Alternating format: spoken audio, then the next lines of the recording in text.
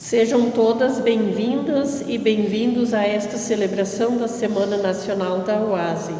Neste ano vivenciamos um tempo diferente, com muitos desafios e que geraram inquietações e angústias.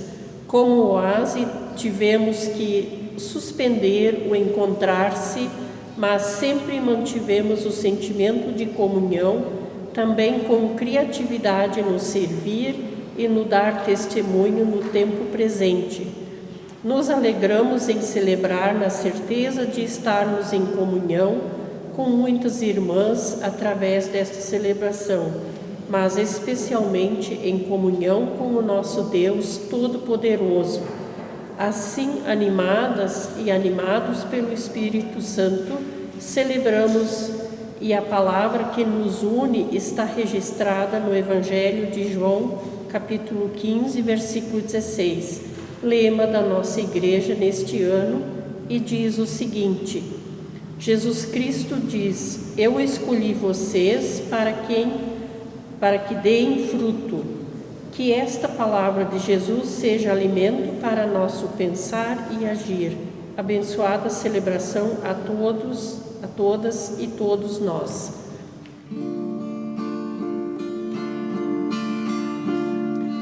Bom é estarmos unidos em comunhão e amor, nessa fraterna família dos filhos do Senhor. Lá, lá, lá, lá, lá,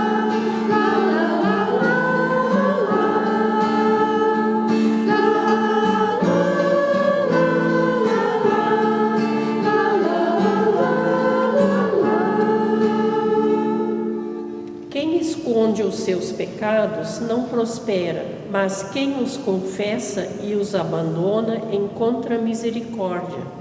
Provérbios 28, 13. Por isso queremos reconhecer diante de Deus que somos pecadoras e pecadores e confessar o nosso pecado, implorando pela misericórdia de Deus para que nossa vida encontre salvação. Oremos.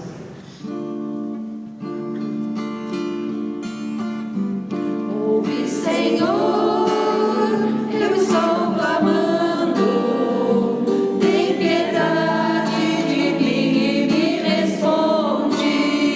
Ouve, Senhor, eu estou clamando, tem piedade de mim e me responde.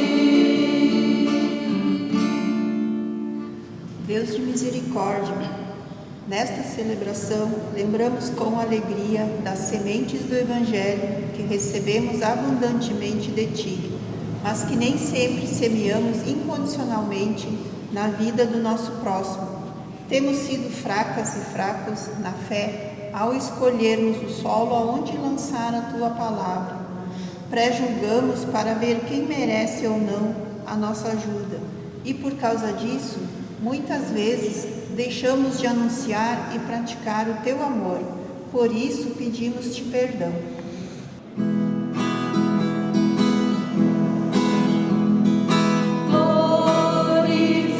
Glorificado seja teu nome, glorificado seja teu nome. Aleluia,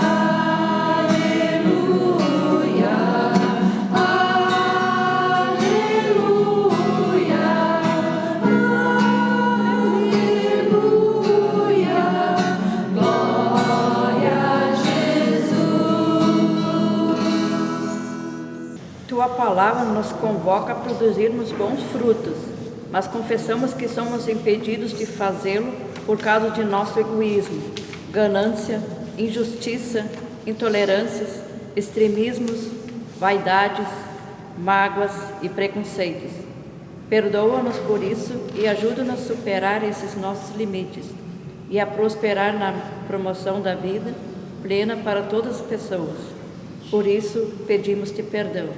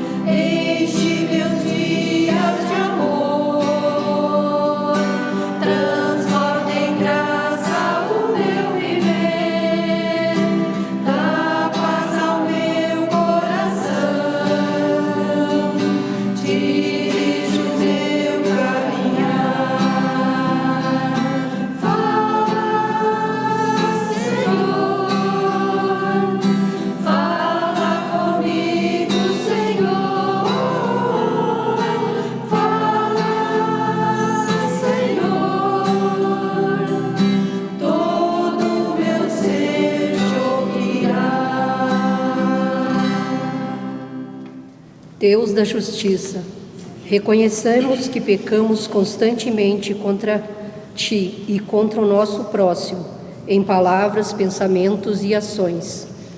Nos envergonhamos e condena, nos envergonha e nos condena. Sabemos que merecemos Teu castigo, mas pela graça ofertada em Jesus, imploramos por piedade. Por isso, pedimos-Te perdão. Como tu queres, Senhor, sou teu. Tu és oleiro, o barro sou eu. Quebra e transforma, até que enfim tua vontade se cumpra em mim. Dai-nos o teu Espírito Santo, para que andemos em vida nova e sejamos as promotoras e promotores do sinal do teu reino nesse mundo.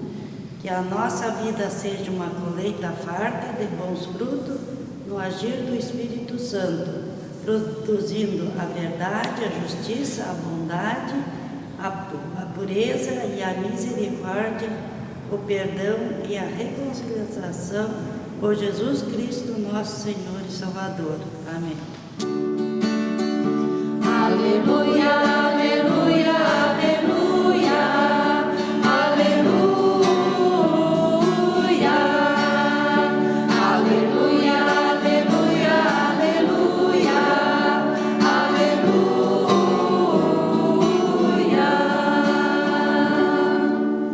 Querido e bondoso Deus, em todos os tempos sempre orientaste o teu povo, superando suas crises e colocando-te junto dele.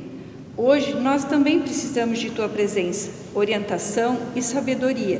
Por isso te pedimos, abra o nosso ouvido e coração, para que a tua palavra encontre solo fértil em nossa vida e possa também frutificar, para que o mundo creia, seja salvo e o teu nome seja exaltado sobre todos os nomes. Por Jesus Cristo, nosso único Senhor e Salvador, te pedimos. Amém.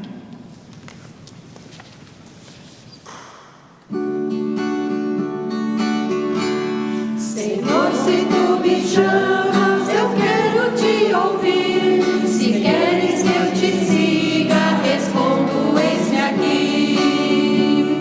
Profetas te ouviram e seguiram tua voz, andaram o mundo afora e pregaram sem temor. Seus passos os firmaste, sustentando seu vigor. Profeta, tu me chamas, vem, Senhor, aqui estou. Senhor, se tu me chamas, eu quero te ouvir. Se queres que eu te siga, respondo, eis-me aqui. Os passos do teu filho, toda a igreja também vai, seguindo o teu chamado de ser santa com Jesus. Apóstolos e mártires se deram sem medir. Apóstolos, me chamas, vem, Senhor, estou aqui. Senhor, se tu me chamas, eu quero te ouvir. Se queres que eu te siga, respondo, eis-me aqui. Os séculos passaram, não passou, porém tua voz, que chama ainda hoje, que convida a te seguir. Há homens e mulheres que te amam mais que assim, e dizes com firmeza, vem, Senhor, estou aqui. Senhor, se tu me chamas, eu quero te ouvir. Se queres que eu te siga, respondo, eis-me aqui. Um bom dia, uma boa tarde ou uma boa noite, dependendo do horário em que você está assistindo este culto. Gostaria de convidá-los neste momento a termos uma palavra de oração. Bondoso Deus e Pai, queremos pedir a iluminação do Teu Espírito Santo neste momento, para que possamos compreender a Tua palavra. Enquanto lermos o Teu livro, Salvador, abre os nossos olhos e também os nossos corações, para entendermos qual seja a tua boa, perfeita e agradável vontade, que revelas a nós mediante o Evangelho do teu Filho Jesus Cristo, mediante a tua Sagrada Escritura. Assim oramos em nome de Cristo Jesus. Amém. Que a graça de nosso Senhor e Salvador Jesus Cristo, o amor de Deus o Pai e a comunhão no Espírito Santo estejam conosco agora e sempre. Amém. A videira e os ramos. O tema da Semana Nacional da Oase, pelo batismo desafiadas a semear, a florescer e a dar frutos na fé, baseada no Evangelho de João, capítulo 15, versículo 1 a 9, é um tema desafiador. E eu gostaria de destacar alguns pontos essenciais nesta celebração da Oase. E antes de nos determos na leitura do texto bíblico, quero convidar quem tem suas Bíblias, que tem a sua Bíblia à disposição, que a deixe reservada por um momento. Pois, primeiramente, eu quero falar sobre o batismo. Vamos lembrar as palavras do reformador Martim Lutero no Catecismo Menor. Que significa este batizar com água? Significa que por arrependimento diário, a velha pessoa em nós deve ser afogada e morrer com todos os pecados e maus desejos. E por sua vez deve sair e ressurgir nova pessoa, que vive em justiça e pureza diante de Deus para sempre. Onde está escrito isto? Continua o catecismo. Paulo diz na carta aos Romanos, no 6º capítulo: assim, quando fomos batizados, fomos enterrados com ele por termos morrido junto com ele. E isso para que, como Cristo foi ressuscitado pelo poder glorioso do Pai, assim também nós vivamos uma vida nova. Pelo batismo, também somos enxertados na comunhão do corpo de Cristo, a sua igreja. E aqui, de maneira especial, cabe um alerta que vem das palavras de Jesus, a partir do que veremos adiante. Participar dos benefícios desta comunhão, sem fé verdadeira, sem verdadeiro discipulado, é juízo. Cabe lembrar que para o reformador Martim Lutero, existe uma ligação profunda e inseparável entre a promessa de Deus e a fé. No Catecismo Maior, o reformador ainda escreveu: quem crer e for batizado será salvo, remetendo-nos às palavras de Jesus no Evangelho segundo Marcos. Isto é, somente a fé torna a pessoa digna de receber com o proveito a salutar e divina água.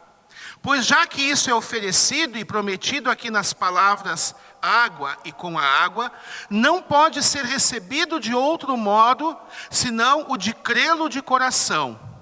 Segue o reformador: de nada aproveita sem a fé, ainda que em si mesmo é tesouro divino e inestimável.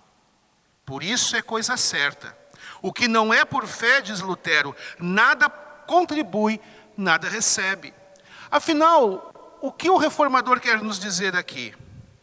A pessoa que despreza o sacramento, a pessoa que não leva a sua vida cristã a sério, recebem sim o sacramento, mas para juízo e para condenação.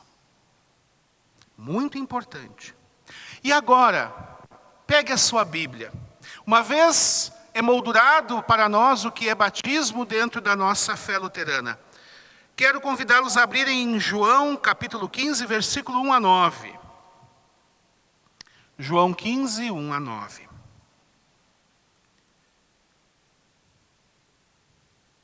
Capítulo 15, versículos 1 a 9, texto programado para este dia. Eu sou a videira verdadeira e meu pai é o agricultor, diz Jesus. Todo ramo que estando em mim não der fruto, ele o corta. E todo o que dá fruto limpa, para que produza mais fruto ainda. Vós já estáis limpos pela palavra que vos tenho falado. Permanecei em mim e eu permanecerei em vós. Como não pode o ramo produzir fruto de si mesmo, se não permanecer na videira. Assim, nem vós o podeis dar, se não permanecerdes em mim. Eu sou a videira, vós os ramos. Quem permanece em mim e eu nele, esse dá muito fruto, porque sem mim nada podeis fazer. Se alguém não permanecer em mim, será lançado fora, à semelhança do ramo, e secará, e o apanham, e o lançam no fogo, e o queimam. Se permanecerdes em mim, e as minhas palavras permanecerem em vós, pedireis o que quiserdes, e vos será feito. Nisto é glorificado meu Pai, em quem deis muito fruto, e assim vos tornareis meus discípulos. Como o Pai me amou, também eu vos amei, permanecei no meu amor.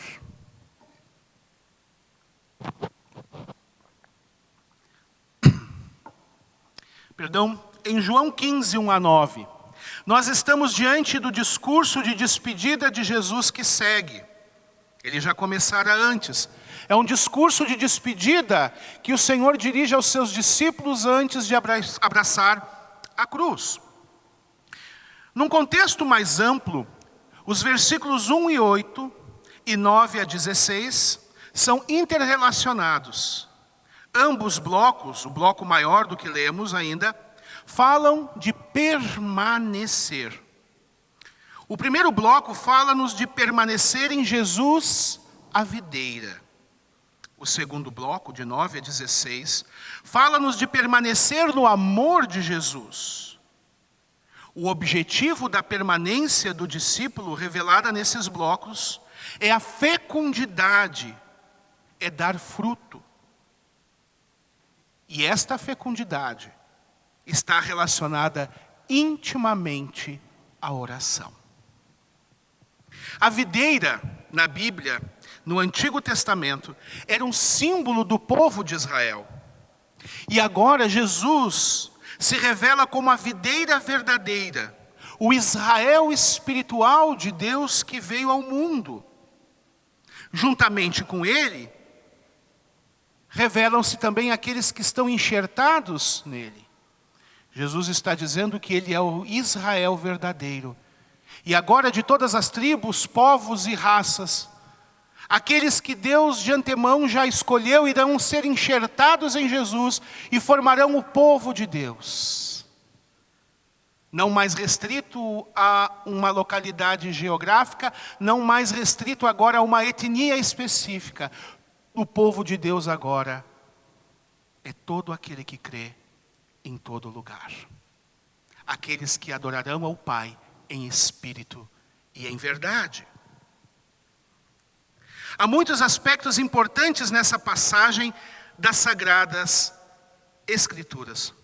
Contudo, hoje eu quero aprofundar alguns aspectos específicos em torno do tema discipulado, ou, se preferir, seguimento.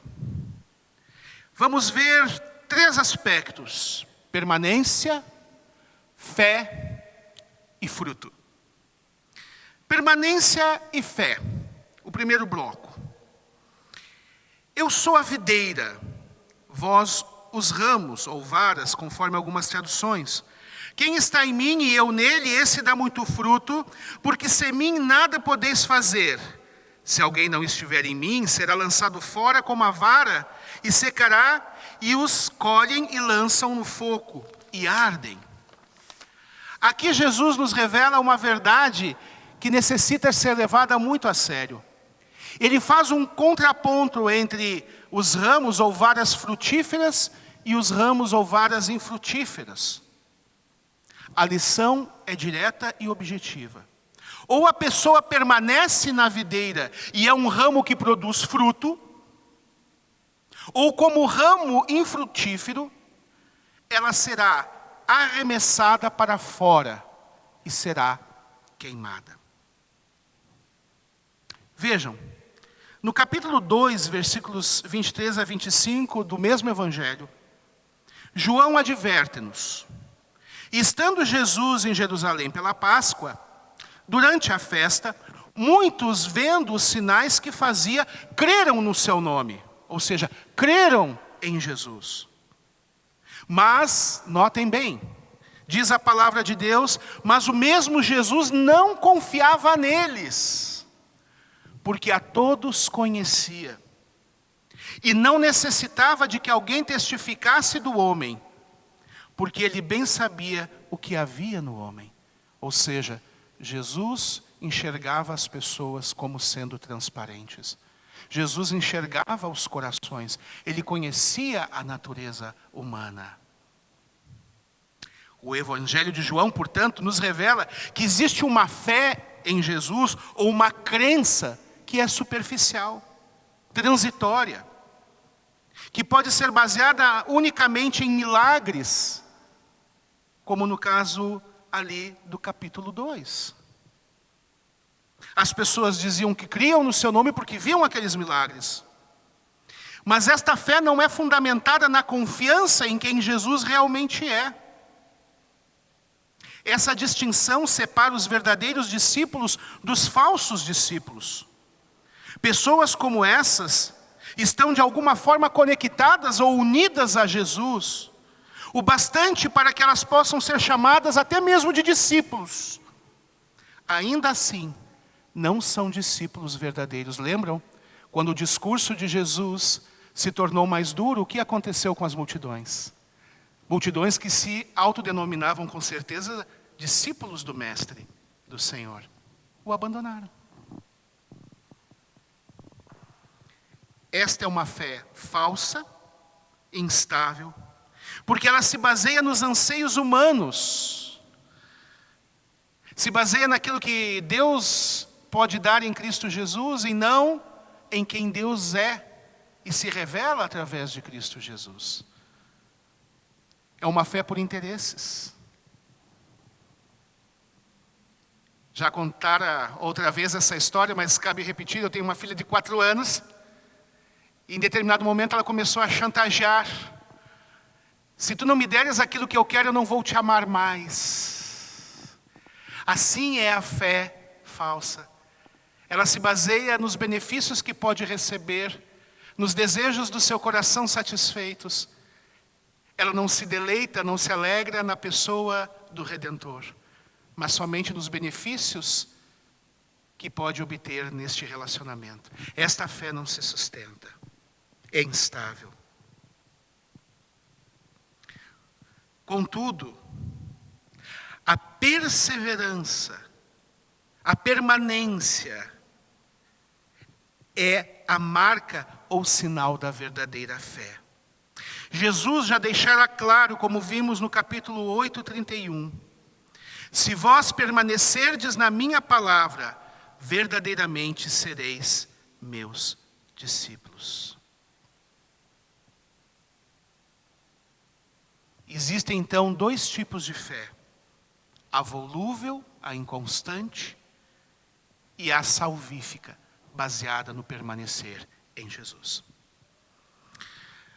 Portanto, permanecer em Jesus e Jesus permanecer nos discípulos pela sua palavra, pelos seus ensinamentos, é o grande distintivo da verdadeira fé e também do verdadeiro discípulo. Vejam, Jesus e sua revelação, seus ensinos, são praticamente intercambiáveis, pois Jesus é a revelação máxima de Deus feito gente. Jesus é o Deus da palavra e Jesus é a própria palavra de Deus. Veja, Jesus, ele não comunica a palavra de Deus somente. Ele é a palavra viva de Deus. Ele é a palavra feita pessoa. Isso é maravilhoso. Guardar a palavra de Jesus e ter comunhão e permanecer e praticá-la significa ter comunhão profunda com o próprio Jesus. A palavra de Jesus difere de qualquer filosofias ou religiões em que se tem um mestre, um guru, um filósofo que dita preceitos abstratos que você interioriza para a sua vida, não. Aquilo que Jesus diz é a expressão exata de quem Jesus é. Guardar e praticar sua palavra significa ter um relacionamento vivo com Ele.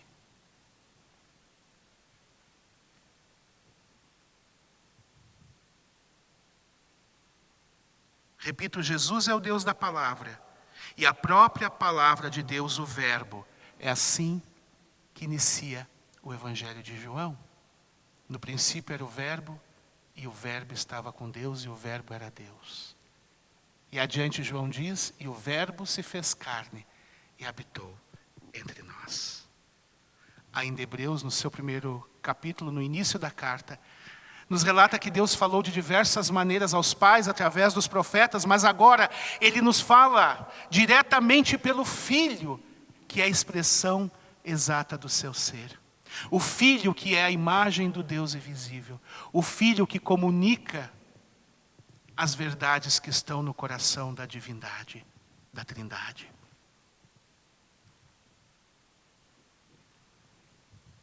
As palavras do Senhor devem estar afixadas na mente e coração do verdadeiro discípulo, fluindo como a seiva da vida que corre no interior da videira, levando à obediência. Assim, de forma natural, o discípulo é conformado a Jesus e passa a frutificar.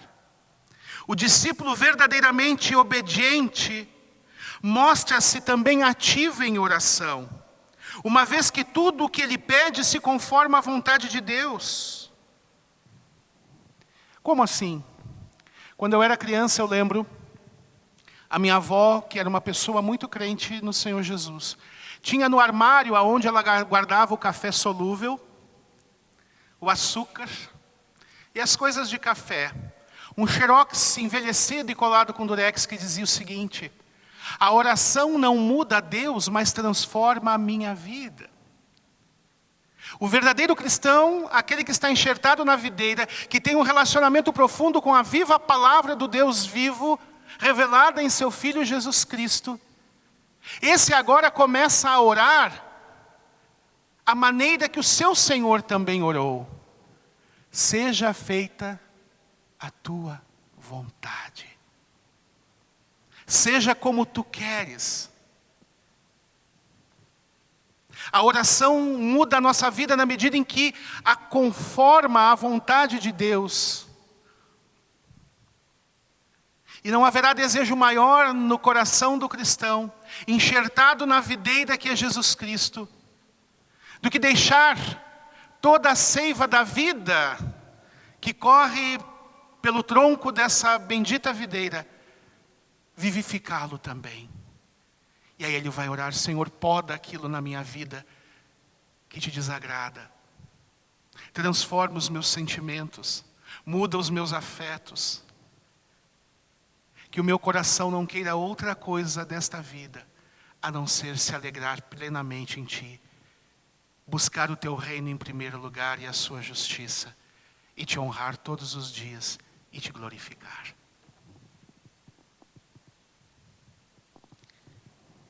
E quando isto vai acontecendo, o fruto vai aparecendo. Portanto, não existem verdadeiros cristãos sem fruto. E agora vamos ver a questão dos frutos. Jesus deixa claro que frutificar é a marca agora infalível do verdadeiro cristianismo. Quem não frutifica em Jesus, portanto, é galho seco. Não existe vida neste galho. Galho seco nunca dá fruto, nunca deram frutos também os galhos secos. E quando falamos sobre fruto, a nossa primeira tendência é logo pensar em obras, feitos, atitudes apenas. Mas é muito mais do que isso. Quando falamos aqui de fruto, nós falamos do caráter de Jesus sendo moldado em nós. Paulo diz que Jesus Cristo é o primogênito dentre muitos irmãos. Ele é o nosso irmão mais velho. E eu não sei, quem me ouve aqui, se teve algum irmão ou irmã mais velho e que se espelhou nele. dizendo: eu quero ser como meu irmão. Hoje, meio-dia, no almoço, a minha filha mais nova disse: eu quero ir para a escola, quero ir para o colégio, para estudar com a Sara, que é a minha filha mais velha. Ela se espelha na irmã.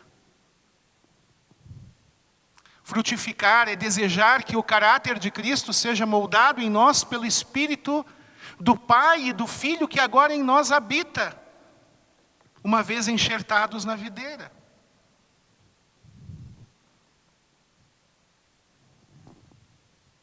É uma questão de caráter e semelhança de Cristo. E sim, depois que isto começa a ser formado em nós, as nossas obras vão testificar quem é o Senhor da nossa vida. E aí não é à toa que a palavra cristão significa o quê? Pequenos cristos. O quanto do caráter de Cristo está sendo moldado em nossas vidas. Ora, se estamos enxertados, inseridos na videira, e se na videira corre santo e maravilhoso fluir de vida, seiva de vida, é natural que nós iremos agir de acordo com a seiva que nos alimenta.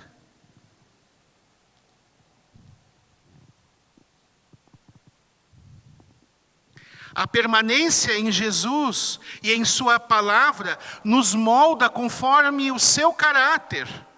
O caráter de Cristo, para quê? Para a glória de Deus. Vejam, Deus glorifica a si mesmo por intermédio de seu Filho, pois ambos são um. Em consequência da obra redentora da cruz, o discípulo verdadeiro de Jesus, tomando parte da vida abundante da videira, tem as suas orações respondidas por Jesus, para que Deus seja glorificado através da sua vida, para que as pessoas olhem para a vida daquele e dizem: olha, o fruto não cai longe do pé. Não é assim que se diz em situações, em alguns lugares, né?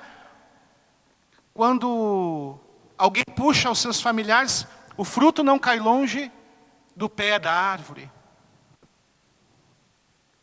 E a grande questão aqui é que, se olhando para nós, as pessoas conseguem identificar em qual árvore nós estamos enxertados, inseridos, qual é o fruto disso tudo.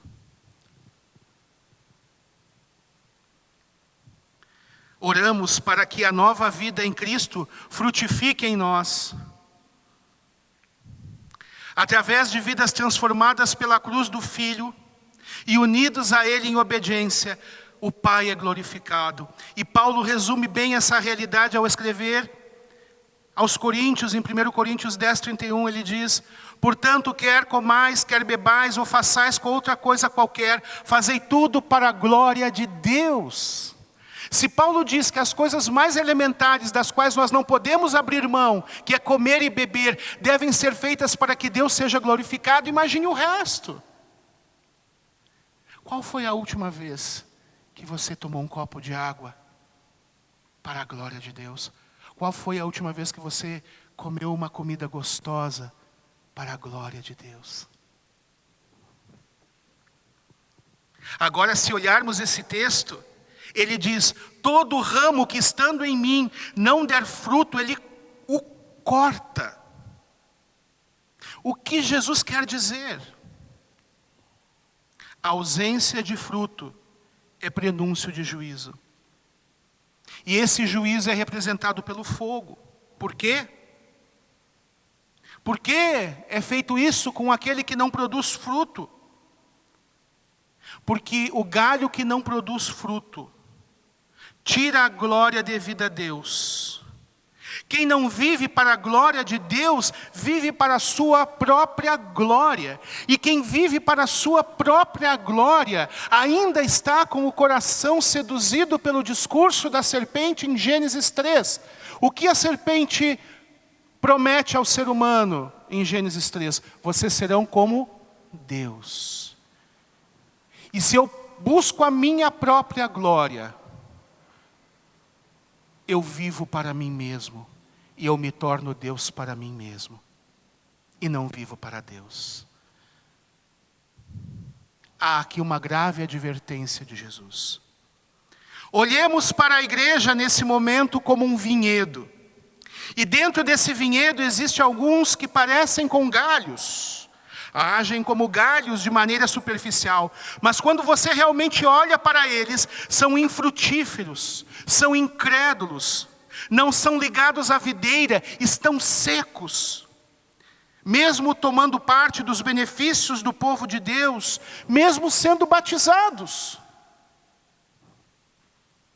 Lutero afirma: se alguém busca a eficácia do sacramento, separado das promessas e sem a fé, trabalha em vão e encontra condenação. Séria advertência também do reformador.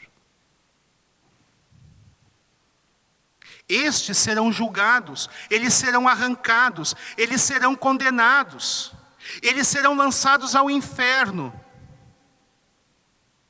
Aqui também cabe outra advertência. Esse não é um chamado para você julgar os outros, mas para examinar a si mesmo. Muitos talvez estivessem pensando, fulano, beltrano, ciclano, não olhe para si agora. Agora vocês podem me perguntar, pastor, o que afinal é uma vida frutífera? O versículo 9 nos auxilia: como o Pai me amou, também eu vos amei, a vós permanecei no meu amor.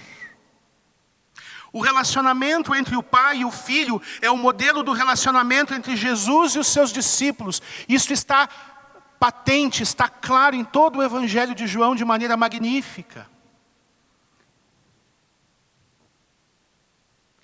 O modelo de amor da Trindade é o modelo do amor de Jesus para com os seus.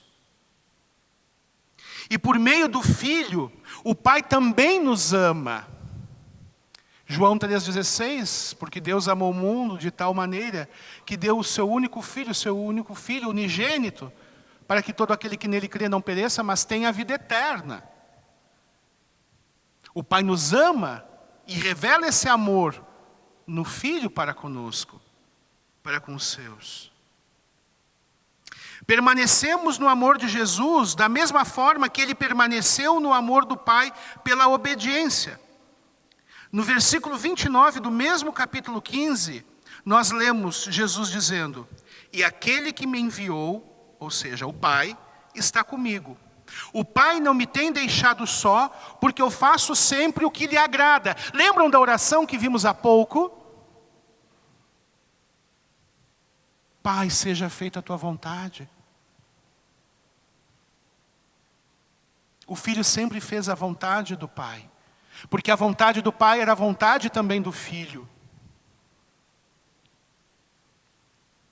E agora este modelo de obediência também nos é apresentado por Jesus.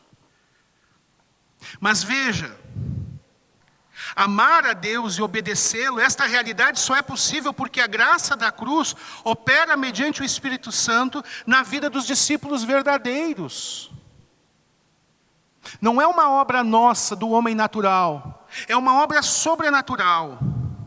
João fala na sua primeira carta, capítulo 4, versículo 19, nós amamos a Ele, ou seja, a Deus, porque Ele nos amou primeiro. O amor primeiro de Deus, o agir de Deus em nosso favor, que nos transforma, que nos converte, que nos regenera, agora nos permite amá-lo e obedecê-lo. Este é o fardo leve de Jesus.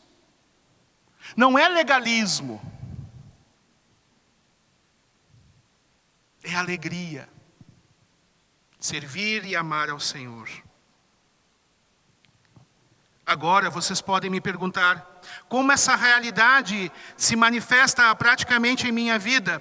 E aqui cabe trazer a carta de Paulo aos Gálatas, capítulo 5, versículo 22 a 25.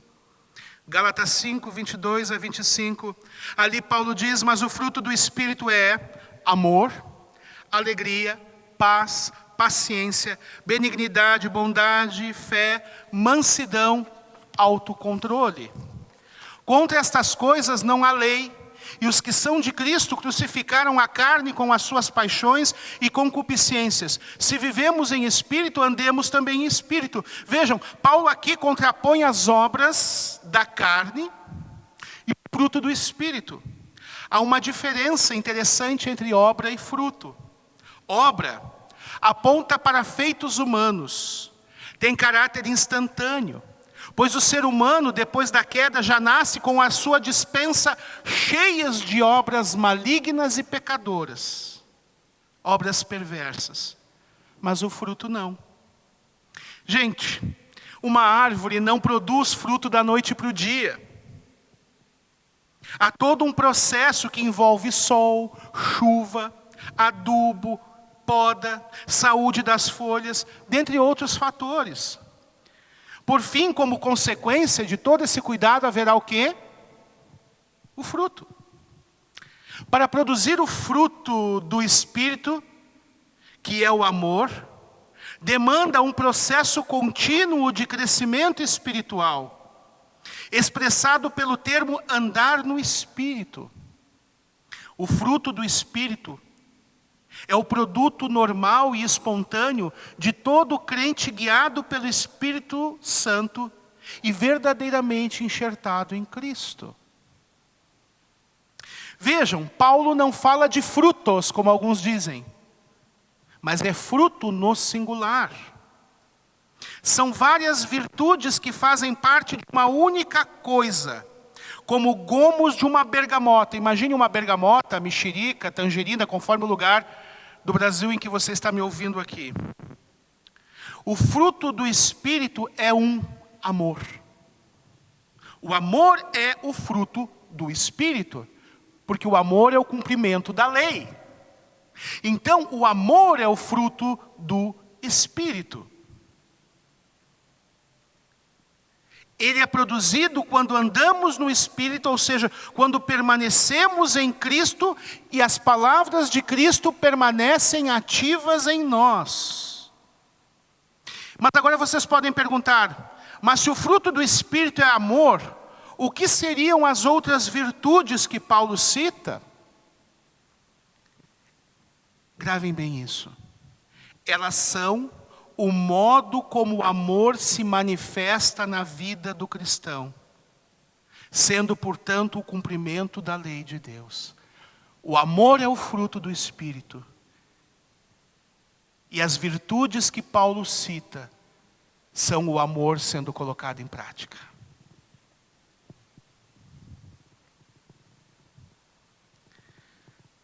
Veja, é o amor atuando nos sentidos.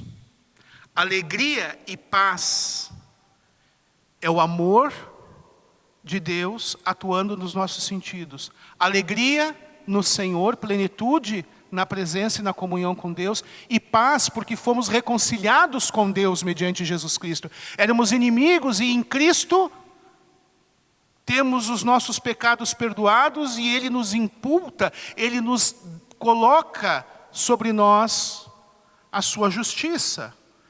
Ela nos é imputada, a justiça de Cristo. Somos declarados justos pelo que Jesus fez. E assim não há mais inimizade entre o ser humano e o verdadeiro discípulo. Então ele tem alegria e paz no Senhor. Então, alegria e paz é o amor atuando em nossos sentidos. Paciência, benignidade, bondade, fé, mansidão e autocontrole é o amor atuando no nosso relacionamento com o próximo. E aqui nós temos o cumprimento da lei. Amar a Deus acima de todas as coisas, por intermédio de Jesus, e ao próximo como a nós mesmos nestas atitudes e virtudes. É maravilhoso isso. É maravilhoso. Dessa forma, o fruto do Espírito, o amor, se evidencia em bons relacionamentos dentro da igreja, fortalecendo a unidade do corpo de Cristo. E nesse sentido, entendemos a partir das palavras de Jesus em João 15, 1-9, que o resultado dessa união de crentes com Jesus, a videira, é uma comunidade de amor que glorifica a Deus. Igreja é uma comunidade de amor que glorifica a Deus. Um dos aspectos centrais dessa comunidade formada de crentes, moldados individualmente segundo o caráter de Cristo, é o evangelismo e a missão. Por isso, essa união transformadora de amor entre os crentes e Jesus nunca pode se tornar um grupo tranquilo, fechado em uma bolha exclusivista, do qual somente os que estão lá dentro podem participar. O discípulo verdadeiro segue ao Senhor Jesus missionário, que deixou a glória dos céus para resgatar o seu povo disperso entre as nações, a fim de trazê-los à comunhão amorosa que ele desfruta com o Pai e com o Espírito Santo. Jesus é missionário por excelência. Portanto, essa maravilhosa união com a videira verdadeira, por sua própria natureza missionária, é uma união, uma intimidade que procura incluir outros na esfera desse amor, para que em todas as coisas Deus seja glorificado. É aquela alegria, eu estou na videira. Que comunhão gostosa. Que comunidade de amor é a minha igreja. Mas sempre há espaço para mais um, mais dois, mais três, mais 4, 100, 200, 1000, conforme a vontade soberana de Deus. Para aplicar em nossas vidas. Portanto, permanecer em Jesus e Jesus permanecer neles pela sua palavra, pelos seus ensinamentos, é o grande distintivo da verdadeira fé e dos verdadeiros discípulos, que consequentemente frutificam. Estes agora, em oração, são conformados diariamente à imagem de Jesus Cristo, conformados ao caráter de Jesus para a glória de Deus. Mas você pode perguntar: pastor, como saber se sou um cristão frutífero, se estou em Cristo vivendo o meu batismo como nova criatura? Olhe o seu fruto. Fazendo uma radiografia a partir de Gálatas 5, 22, 25. Mas o fruto do Espírito é amor, alegria, paz, paciência, benignidade, bondade, fé, mansidão, autocontrole. Contra estas coisas não há lei. E os que são de Cristo crucificaram a carne com as suas paixões e concupiscências. Se vivemos em espírito, andemos também em espírito. O fruto do amor com suas virtudes está presente em sua vida? Faça essa pergunta. Como esse fruto se revela? Bem, faça a si mesmo as seguintes perguntas a partir destes 3 sinais de uma vida frutífera. Primeiro sinal: o caráter de Jesus sendo formado individualmente no crente pela palavra de Cristo, mediante o poder do Espírito Santo. Você está em Cristo e Ele está em você. Tens experimentado esta realidade? Você pode dizer que está em Cristo e Cristo está em você pela sua palavra? Tens amado e experimentado alegria e paz com Deus em teu coração? Segundo sinal: a união de crentes com Jesus forma uma comunidade de amor que glorifica a Deus. Como você vive a sua vida comunitária? Como estão os teus relacionamentos fraternos? Há paciência? Há benignidade? Há bondade? Fé, mansidão, autocontrole? O primeiro sinal e a primeira pergunta, repita, é se há o quê? Paz e alegria no Senhor. Tens experimentado a reconciliação, o perdão e a justificação de Deus? Segundo, como estão os teus relacionamentos na vida comunitária com os irmãos? Terceiro sinal: essa comunidade de amor não é fechada em si mesma, ela se empenhará no evangelho e na missão. E aí vem a pergunta: você é sócio da igreja ou enxerto vivo na videira? A missão de Deus no mundo para resgatar os perdidos tem feito o teu coração arder? Agora lembre-se que uma vez que sejas um discípulo verdadeiro, com uma fé viva, Deus fará uma obra dentro da tua vida, E gradualmente, mais e mais você chegará ao ponto em que você odiará as coisas que Deus odeia, toda a expressão do mal e todo o pecado. E amará mais e mais as coisas que Deus ama. Isso irá realmente acontecer. Irá de fato acontecer na vida de todo aquele que verdadeiramente está enxertado em Cristo. E esta obra continuará até o dia em que você for para a glória. Para continuar na videira é preciso reconhecer este tremendo, sobrenatural trabalho da graça da cruz que vem sendo feito em sua vida e permanecer nisto.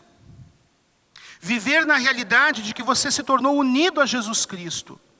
E o batismo quer ser uma lembrança constante, uma lembrança viva e diária dessa realidade. Não despreze esta lembrança e este chamado. Você é uma nova criatura, fluindo de Jesus. E fluir de Jesus é nunca parar de ser nutrido pelo chamado do Espírito Santo, pela palavra de Deus, a divina seiva do Senhor. Veja, não é por obras, não é fazendo algo, é reconhecendo o que Deus fez por você na cruz. É aceitar pela fé o que foi feito por você e deixar esta obra transformá-lo. Deus fez de você uma parte do seu Filho, a videira verdadeira. Não despreze este dom. Não se deixe secar. E Ele está fluindo. Ele está fluindo o seu poder através da videira para os galhos. Pela sua palavra Deus nos fala. Veja, ouça. Você possui um propósito. O fruto que surge da vida que eu lhe darei. Não tente ser um mestre brilhante. Não tente ser um super-herói. Não tente vir até aqui e ter um hobby que torna a sua vida mais divertida, que tome o seu tempo e o consuma. Eu não o fiz para distrações ou para isso ou para aquilo. Eu não o fiz para o mundo. Eu não o criei para impressionar o mundo. Eu não fiz você para fazer as coisas que o mundo caído faz. Ou carregar e tomar parte nos frutos que o mundo produz e carrega. Eu não o fiz para nada disso. Eu os criei para frutificar através do meu Filho, para a minha própria glória. E desta forma, para que vocês, me glorificando, encontrem paz e a maior alegria que brota da cruz. A Deus, pois, a glória para sempre. Ide e dei bons frutos. Amém. Por tudo que tens feito, por tudo que vais fazer, por tuas promessas e tudo que és, eu quero te agradecer com todo o meu ser. Te agradeço, meu Senhor. Te agradeço, meu Senhor. Te agradeço por me libertar e salvar, por ter morrido em meu lugar. Te agradeço, Jesus, te agradeço, te agradeço.